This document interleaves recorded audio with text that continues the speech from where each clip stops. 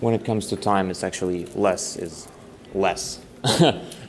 Unlike game storytelling, where less is more. So welcome, hi.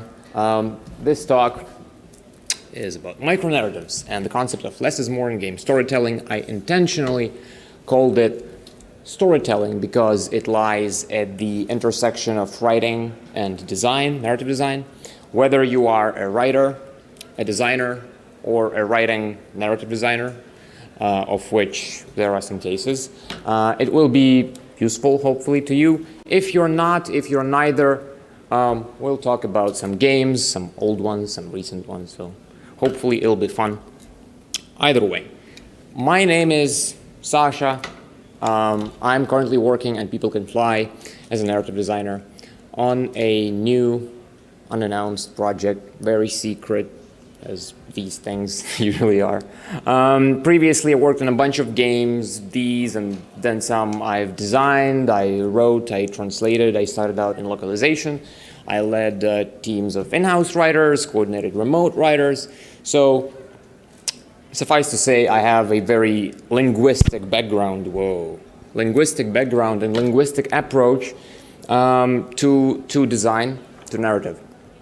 And with a background like mine, when you write, you sooner or later you develop a very critical eye to text in games, and you inevitably arrive at a conclusion, which is games have way too many words. And I say this not only as a designer, but also as a player who, when I play games, I'm genuinely trying to be invested in worlds, in world building, in the lore that, as I now know myself, people just keep piling up on the back end. They're like 50, 100 pages of lore. And I'm genuinely trying to be invested in it. If you're familiar with Bartle's taxonomy of players, I'm your ultimate explorer. So I'm all about, discovering things, learning new things. Love it.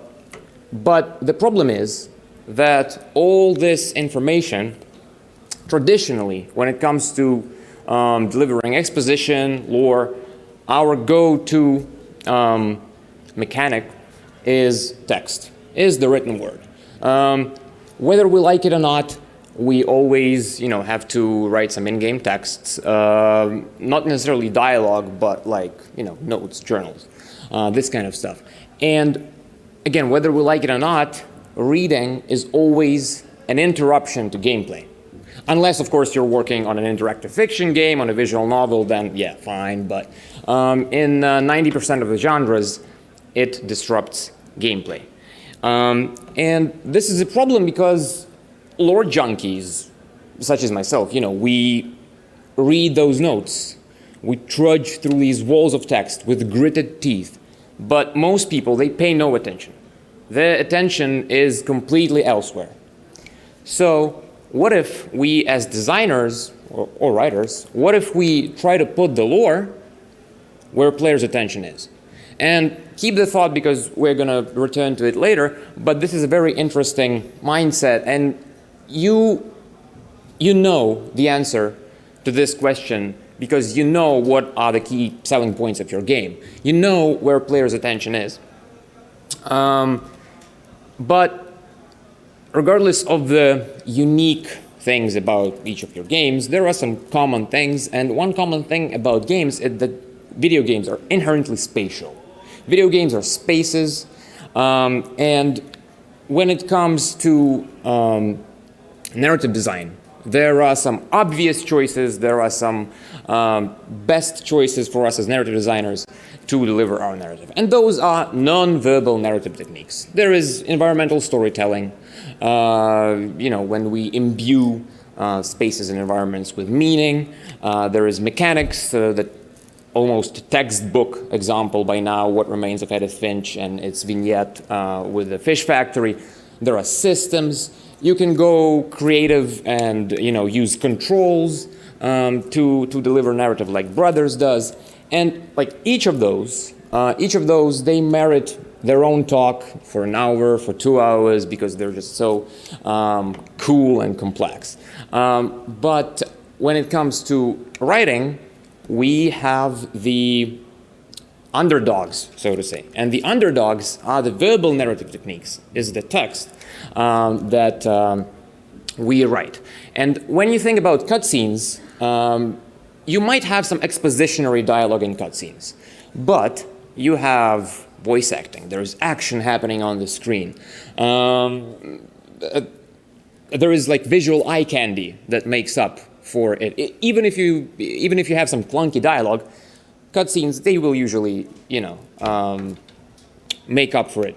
Then there is branching dialogue. There is interactive dialogue. So in cutscenes, they're usually non-interactive. When it comes to interactive dialogue, Disco Elysium 2 years ago, it effectively proved that walls of text are not a problem if this text is fucking brilliantly written, right? But not only that, but also branching dialogue, it allows interactivity and it allows self-expression, which is very important. And when you allow player input, you sort of, you make things better because player input is always important. But there is always, there is like the cheapest, in both senses of the word. It's the most cost efficient, but also in the meaning of the bluntest technique. And I call them journals here. You may call them differently. They're notes. They are any non-voiced text assets in your game.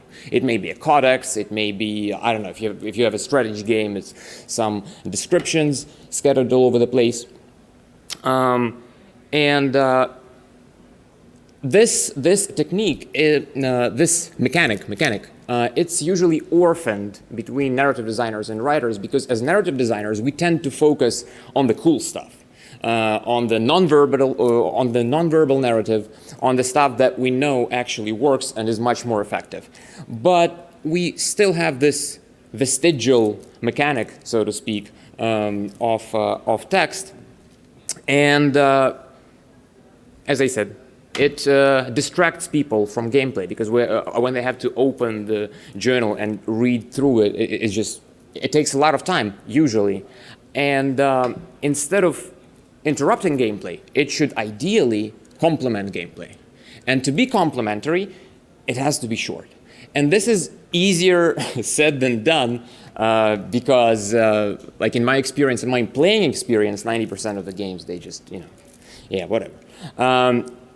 Speaking of being short, one of the most common advice, at least that I've encountered when it comes to writing, especially for games, is that less is more. And, this is a pretty vague advice. Like, what does it really mean? It sounds cool, like any paradox. People sort of read into it like less is more, but people rarely back it up with concrete tips and actual things like what does it actually mean. And if we dig a little bit deeper in that topic, there is the writing aspect. So let's just, first let's focus on the writing aspect. And there are tons of advice floating around on the ins and outs of how to structure your sentences, to how to structure your stories, how to make your writing tighter, snappier, and there are lots of books that discuss it in great detail. But as with any advice, you have to take any advice with a grain of salt because one good example would be it is generally advised to avoid purple prose, right? People don't like flowery language. But then a game like Darkest Dungeon pops up with its, ruin has come to our family. I had to do it. It shatters this rule. It breaks this rule, and it proves that for this particular game, this rule doesn't work. So when it comes to writing advice, and I think any advice in general, I think we should follow only what resonates with us personally. And one thing that resonates with me personally is Hemingway's iceberg theory, which, so basically, if you're not familiar with it, Hemingway used the metaphor of an iceberg, where 80% of the iceberg is submerged below the water, and you can only see 20% on the surface. And the same thing in writing. While writing, he thought that we should focus on the subtext, on the implied, on the unspoken, and leave some things for the readers, or in our case, for the player's imagination. I really like this approach, and this philosophy. It really speaks to me because, even to quote Hemingway, he believed that writing in this fashion, it forms a stronger bond with the reader because the author has the confidence that the reader is knowledgeable and intuitive enough to pick up on the pieces that were omitted. And this trust in the player, I think it's really important, and it's one of the main pillars in your mindset as a designer in general, not just writer, that you should keep in mind. But writing aspect aside, there is one aspect how it's written, but there is also an aspect of how it's displayed on the screen. The UX aspect of it, if you will. And I don't know about you, but I mean, I find this kind of formatting, I find this kind of formatting absolutely abysmal. Like if I open a journal in the game, I'm on a heist. I'm robbing a bank, right? I sneak up to the god, I twist his neck, and then there is a journal. I pick it up, and there is this beast of text. I'm like, oh, hell no, I'm not reading this. So, regardless of the actual content, because like lorem ipsum and stuff. On the other hand, if you, like, there are many practices used in web design, in typography, that like it's not new, nothing new here. They just they just use white space. They just structure the text in a way that it's easier to consume. One thing you could say that, well, dude, text on the right is actually shorter. Right, so like there is much more text and you can stuff much more information on the right, and that is the key point. The key point is character limits. If your writing team doesn't have character limits, you should introduce them today, tomorrow at the latest. Character limits are very important for any sort of text, for subtitles, for descriptions, for anything. When you have a benefit of working together with the UI team, because not always we have that benefit, you can think of a specific amount of text that would avoid the scroll bar, the dreaded scroll bar. Because the scroll bar, I mean, I look at it and it speaks to me. It says, dude, you want to read it all? You're in for a long haul. You'll spend 5 minutes reading it. So you can get rid of all these things, but not only the technical limitations, but also it will improve the quality of your writing. And I'm absolutely sure of this, and here is a smart quote to back it up. Smart quote from an American poet, T.S. Eliot. He's a great poet, and I mean, look at him. He knows what's what. He's a cool guy. And he said that when forced to work within a strict framework, the imagination is taxed to its utmost and will produce its richest ideas. Given total freedom, the work is likely to sprawl. I think this very well applies to writing in general, and especially game writing, because when you work with some constraints, it makes your writing, snappier and better, better in general. But restricting ourselves with character limits or whatnot is one thing. Another thing is to embrace a minimalist design philosophy, sort of, and to show how this philosophy works, let's consider a narrative mechanic that inherently implies brevity. And this mechanic is flavor text. Little history. Flavor text originated in CCGs. I'm a huge fan of CCGs. Originally in Magic the Gathering. And flavor text is the italicized text at the bottom of the card that sets the tone of the game and gives any world-building information. And considering that this is a physical card game, so it was like an actual card that you could hold in your hand, this was the only avenue for world-building in that specific game. And this avenue was quite narrow, as you can see, considering how much space they actually had to fit all this info. And as time passed, with the advent of digital CCGs like Hearthstone, people found different ways to display flavor text on the screen, to structure it.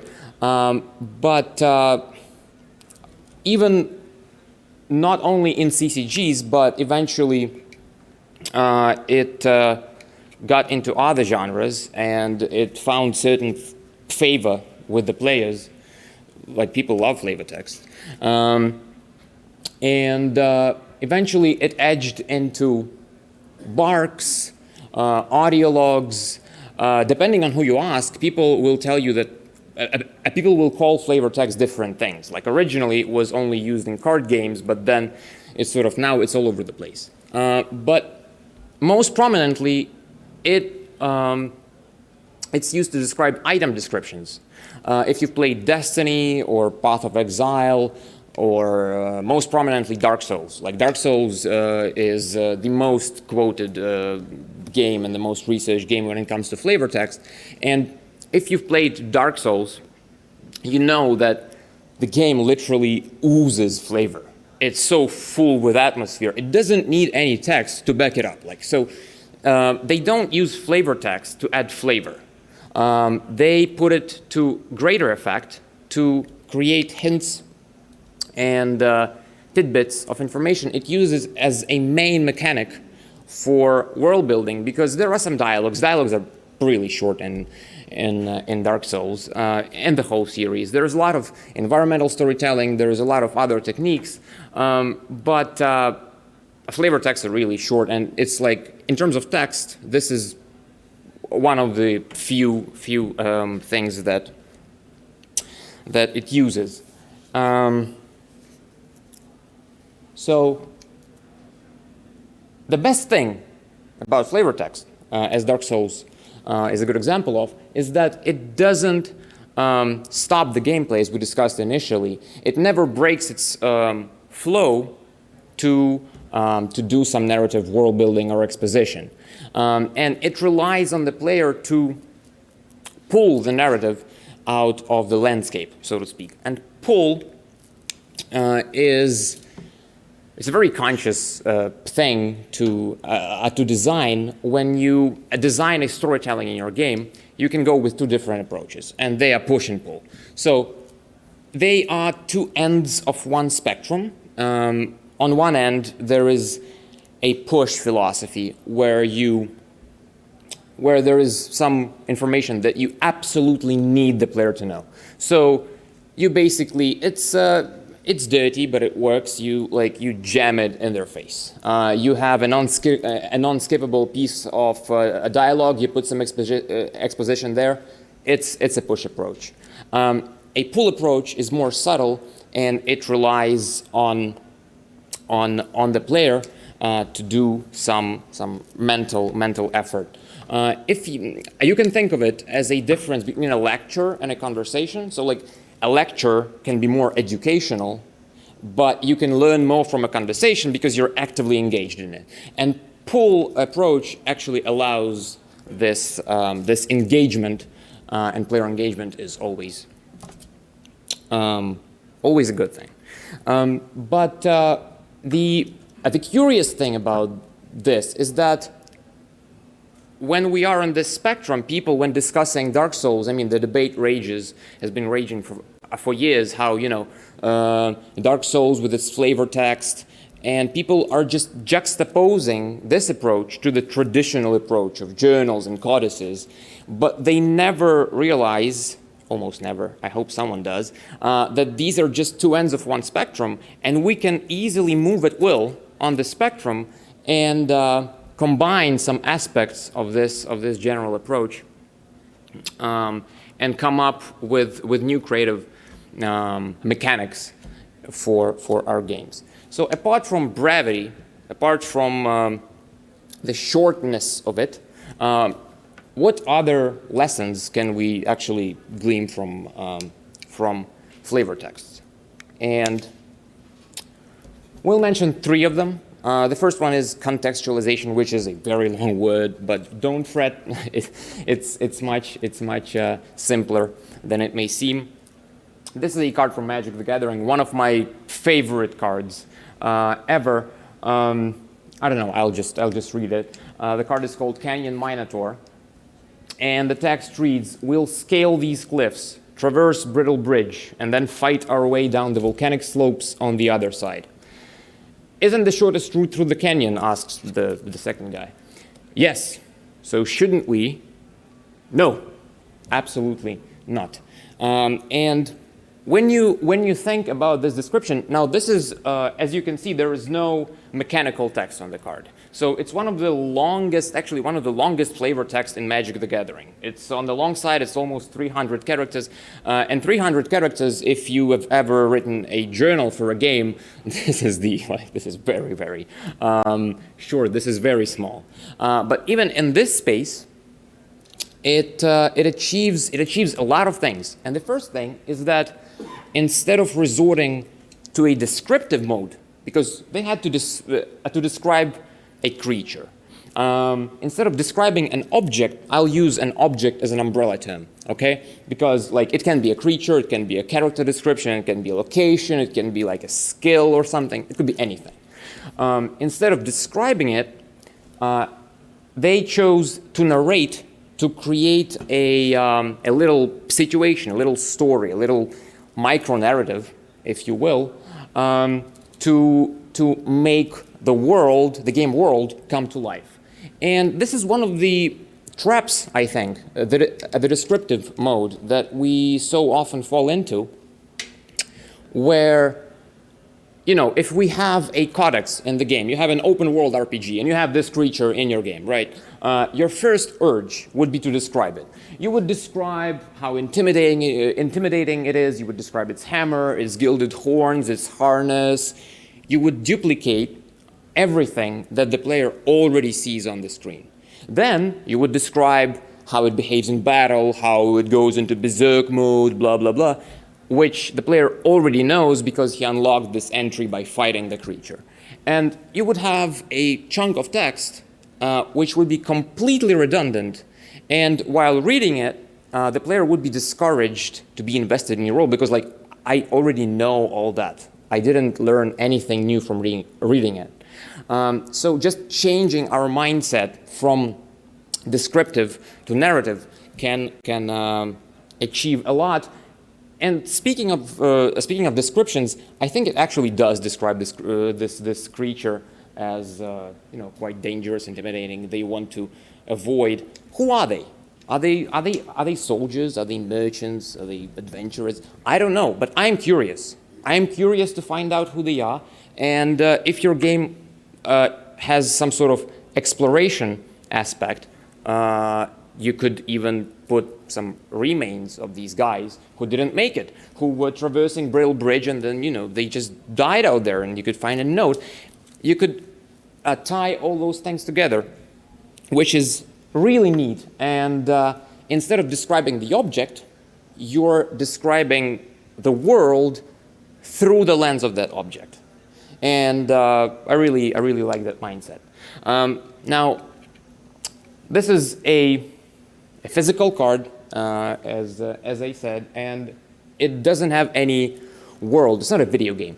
It doesn't have any world where this guy actually exists. So it has to create context for itself. But in video games, you can use context. You can leverage context for your advantage. And one of the good examples is from Dark Souls 1. Dark Souls 1 has a special place in my heart. I mean, the three games in the series is still my favorite. And you meet this guy. This guy is called Petrus of Thorolund. If you haven't played the game, no spoilers, just an NPC, just a guy at the very beginning. He gives you an item. Just as a token of goodwill, you speak to him, and he says, here you go, here is an item. And this item is copper coin. Here it is. And this coin, it has a flavor text attached to it.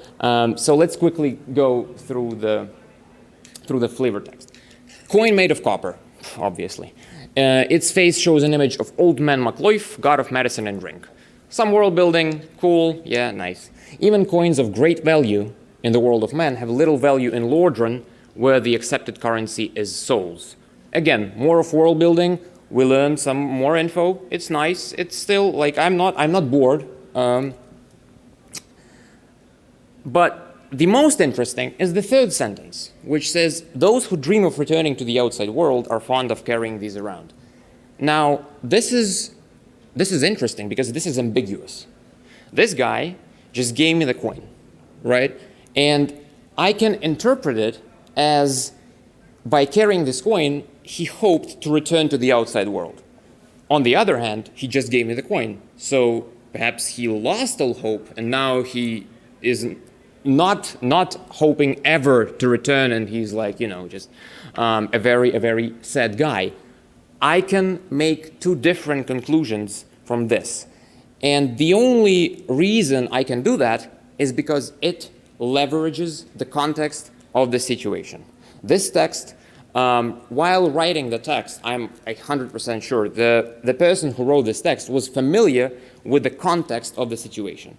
And it may seem obvious, but I think I need to mention it, that when writing any, not only dialogue, description for anything in your game, you have to be familiar with the context. Back when I was working in localization, we used to have a saying that only a bad translator doesn't ask questions. The same goes for writers. If you're given an object to describe, a story to narrate, you absolutely have to know the context, and by context I mean the unlock conditions for unlockable entries, or the placement of pickable objects. Like if you're writing a journal, you have to know where it is placed in the world.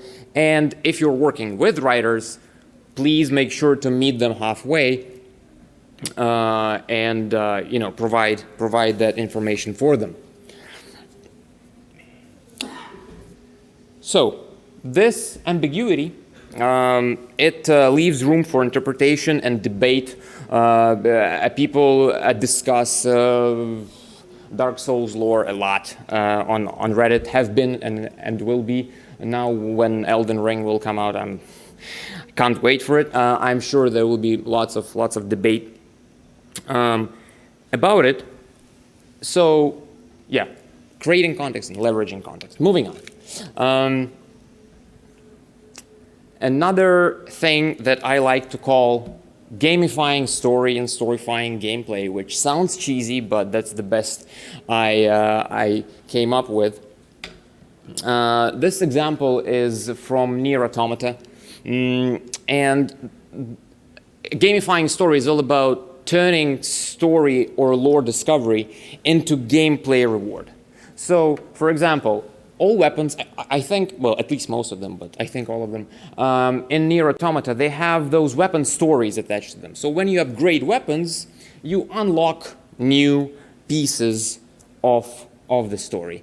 They are very short, so, less is more. They follow the philosophy, but it introduces also this aspect from the game design perspective, where it provides positive reinforcement for using the weapon. Now you could unlock these things by anything. By the more creatures you kill with a weapon, the more information you learn about the creature, or the more resources you spend to upgrade the weapon, the more you learn about it, and it will mitigate even grinding frustrations. You know, like if a person would get frustrated by grinding, you would just feed piece by piece a nice little story to them, and it would work great.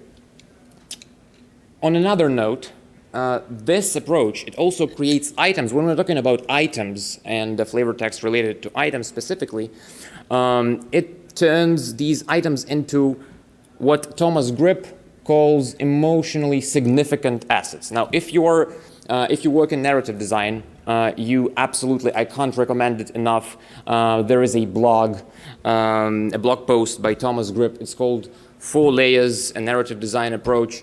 You should absolutely read it. It's brilliant. And in that post, among many other things, the guy calls these items emotionally significant assets because when items, especially in shooter games, when items have some story context attached to them, people are less likely to see them as abstract tools, but they get more attached, and the items, well, they gain meaning, and people start to value them more, other than, you know, some rusty shotgun or something. You can add this story context through this neat mechanic, or just by naming them. I mean, you can go different ways, but just the mindset is neat. Another plus of this approach is that it allows us to segment entries and thus shorten individual reading sessions. The same approach is applied in Hades, which came out last year and got probably every possible narrative award out there, like absolutely beautiful. And speaking of segmenting, the text in bold, it's unlocked when you discover more of the story. So you talk, this is MC of the game, Zagreus, so it's probably a bad example, but it's applied all over the journals, all over the codex, for weapons, for resources, for creatures. The more creatures you kill, you get those individual pieces of text. And if you would get this whole thing, I would frankly format it differently. But if you get this whole thing in one unlock, I don't know. It's a roguelike. There are monsters to kill. I play as the guy. I wouldn't read it, but it's segmented. So a segmentation, it's actually it makes things better because you spend obviously less time reading. And what's interesting about the Codex of the Underworld is that it's given to Zagreus, the main character of the game. It's given to him by Achilles. Achilles is his mentor. He resides at the underworld kingdom, and he gives him this codex. So before talking to Achilles, you cannot access it. There is no button that you can press and start learning new things. There is an actual book that exists in the game world, and it makes the codex in Hades diegetic. Diegetic, people love to talk about diegesis. It's often applied to UI, when it's actually part of the game world. So diegetic thing, it exists in the game world, and it can be seen and experienced by the player character. Non-diegetic, it's only accessible by the player. When it comes to UI, when you see like a health meter and your character cannot see it, it's non-diegetic. When it comes to music, if you have an orchestral soundtrack and only a player can hear it, then it's non-diegetic. If there is a guy playing a guitar on the street, then it's diegetic. Perfectly applicable to texts as well. And these are two examples of a non-diegetic and diegetic. Also, speaking of formatting, the one on the left, cheese. I love Mass Effect, but these codex entries, they just woof. What we can consider with non-diegetic and diegetic is that non-diegetic, they often have a third-person narrator mode. It's often an omniscient narrator, So you can rely on the information that is there. It works perfectly in many games, especially in hard sci-fi. I think when people, when they need hard facts, like this works because blah blah blah. But fantasy games with more a whimsy, I wouldn't call Skyrim a whimsical, but they can rely on diegetic, which are often the first-person perspective, perspective written from the first-person perspective, and I'm personally a huge proponent of diegetic approach because it has one thing that non-diegetic doesn't, and that thing is characterization. This is another card from Magic the Gathering. The art hasn't aged well. This is from 95, so it's a very old card. But it makes for a great example of what I'm about to tell. And the flavor text on the card, it reads, the card is called Grandmother Sengir. The flavor text reads, rarely have power and madness been so delightfully wed as they have in our dear grandmother. Now, when it comes to flexibility, as I said, using object as an umbrella term, when you have to describe an object, it could be an item, it could be any other thing, or you have to give an account of an event even, not necessarily like an object, you could use your sort of traditional and easy third-person perspective and describe this lady like this lady is, adjective, adjective, adjective. Instead, it uses the first-person approach, and by using it, it creates this sort of triad. It kills three birds with one stone, all right? The first bird is that it actually bluntly describes the object. So we know that she's powerful, she's a powerful vampire, that she's mad, that she's absolutely insane. That's covered. Another thing is that it also characterizes the author of the quote. Now, Baron Sengir is totally out of the picture. Like, we have two words pertaining to Baron Sengir. But, on the other hand, the word choice is very deliberate here. So, by reading, delightfully wed, dear grandmother, we know who the guy is. He's not like a mindless ghoul. He's an elegant, lordly vampire. I imagine him, holding a goblet or something. So there is characterization of the author inside of it.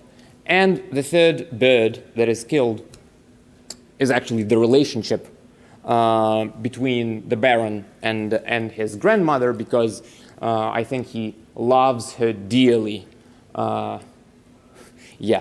And characters, they always have to have their own opinion and agenda about other things in the game universe.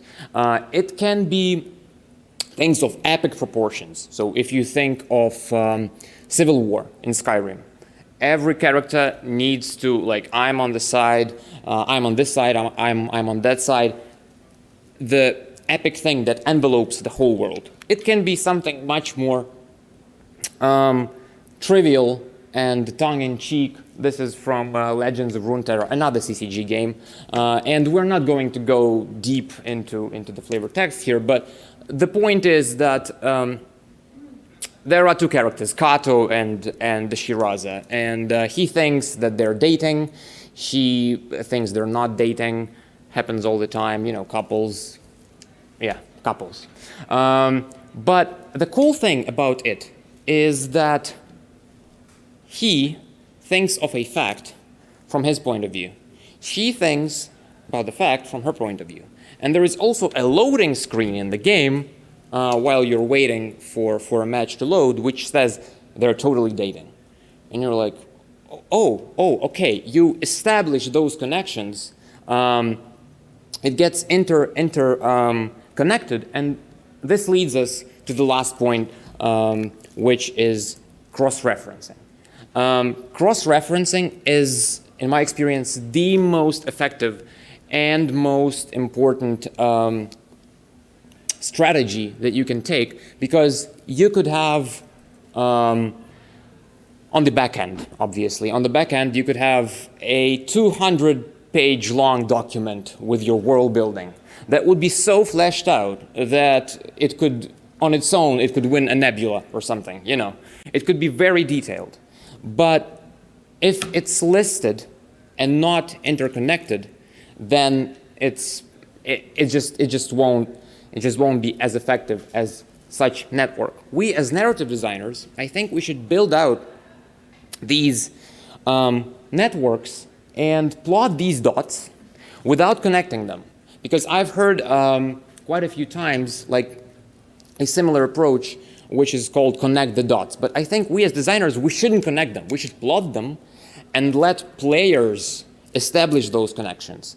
Rely on the players, going back to Hemingway's philosophy of, you know, co-constructing the universe or the story together.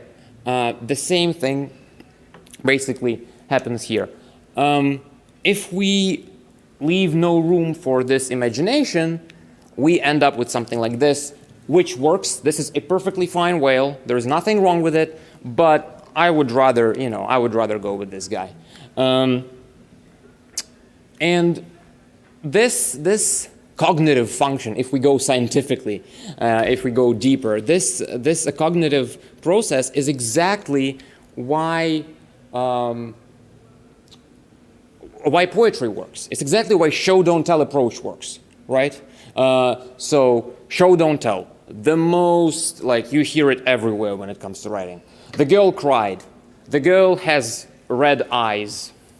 So you're making this effort, you're making this little step. So she has red eyes, thus she cried. Okay, it works. That's exactly why poetry works, metaphors work, and flash fiction. For sale, baby shoes never worn. Often attributed to Ernest Hemingway, but in fact, it's not his, from what internet says. We know that baby died, right? But why the story works, why it's so powerful, because it's not stated, it's implied, it's the unspoken, and it's not the text, it's not the implication that works. It's the cognitive little step that we ourselves take that makes it so powerful.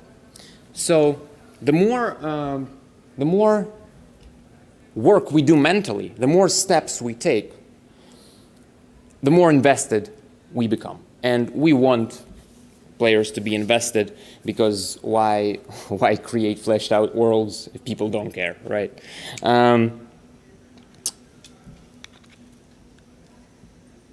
A week ago, I was preparing this talk, and I came across a thing which is called Incluing. Incluing, it's from literature, and it's attributed to a science fiction author, Joe Walton, who described Incluing as the process of scattering information seamlessly through the text, as opposed to stopping the story to impart the information.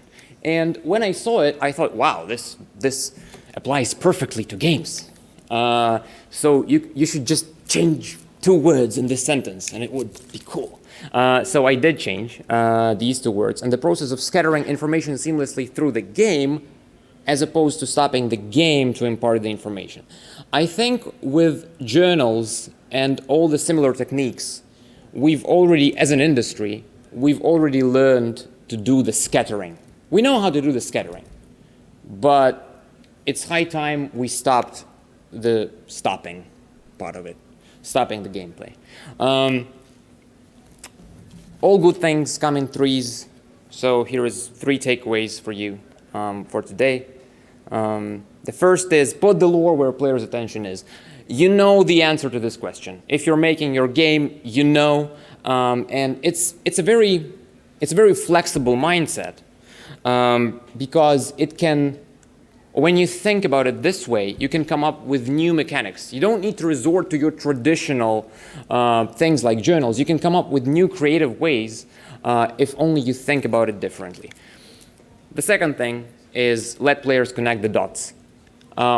World building doesn't always involve answering questions.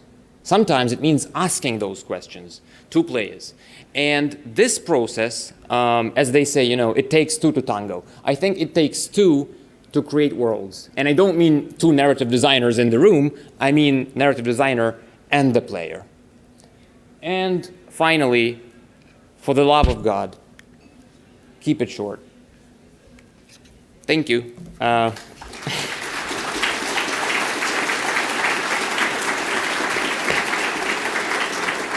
If you have any questions, there is someone with a microphone, so I would be happy to answer any questions, or we can talk afterwards, whatever you want. Any questions? Well, there's one.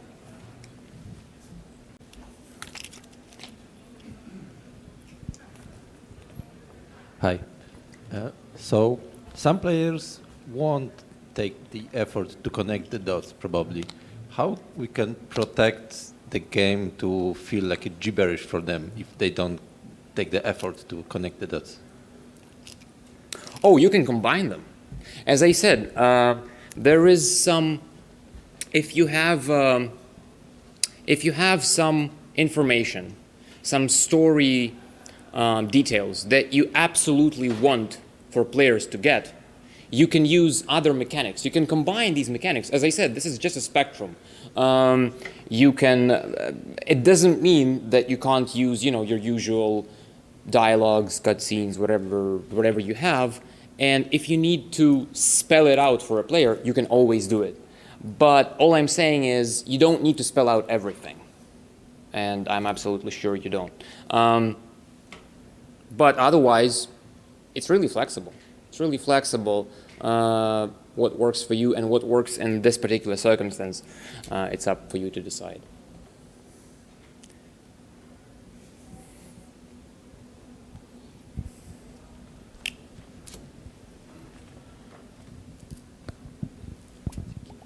Hi.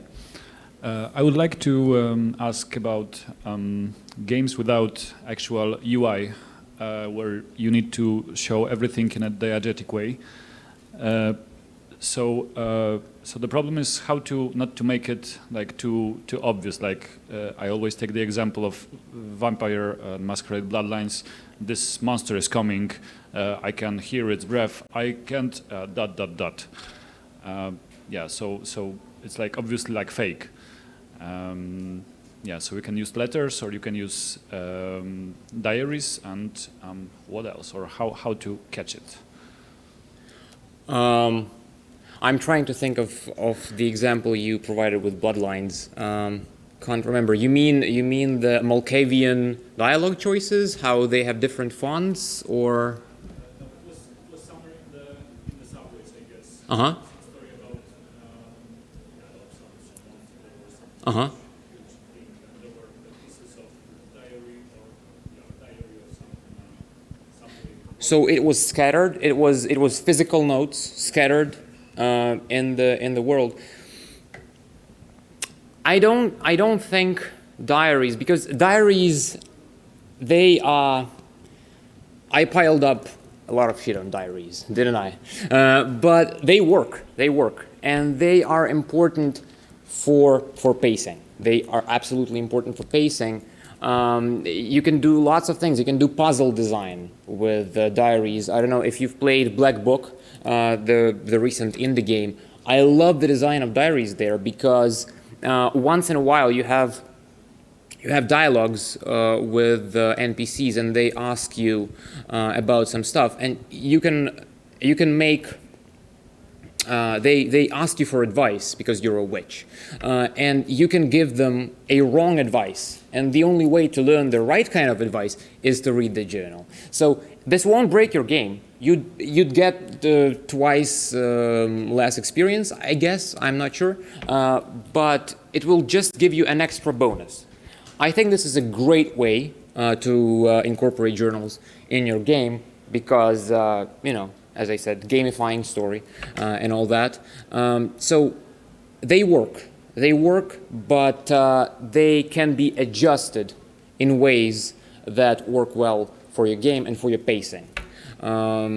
If it worked in the subway, as you described in the bloodlines, if it worked there, I'm sure it's fine. It's just that all too often we scatter these journals and this world building everywhere with no extra thought of why it's actually there, of the context basically. So the context is absolutely important. The context is king. We had a saying also, like very often we would say context is king. Yeah.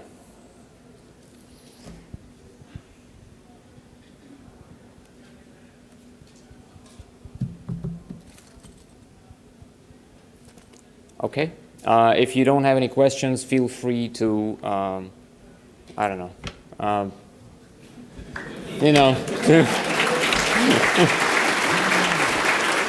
see you later.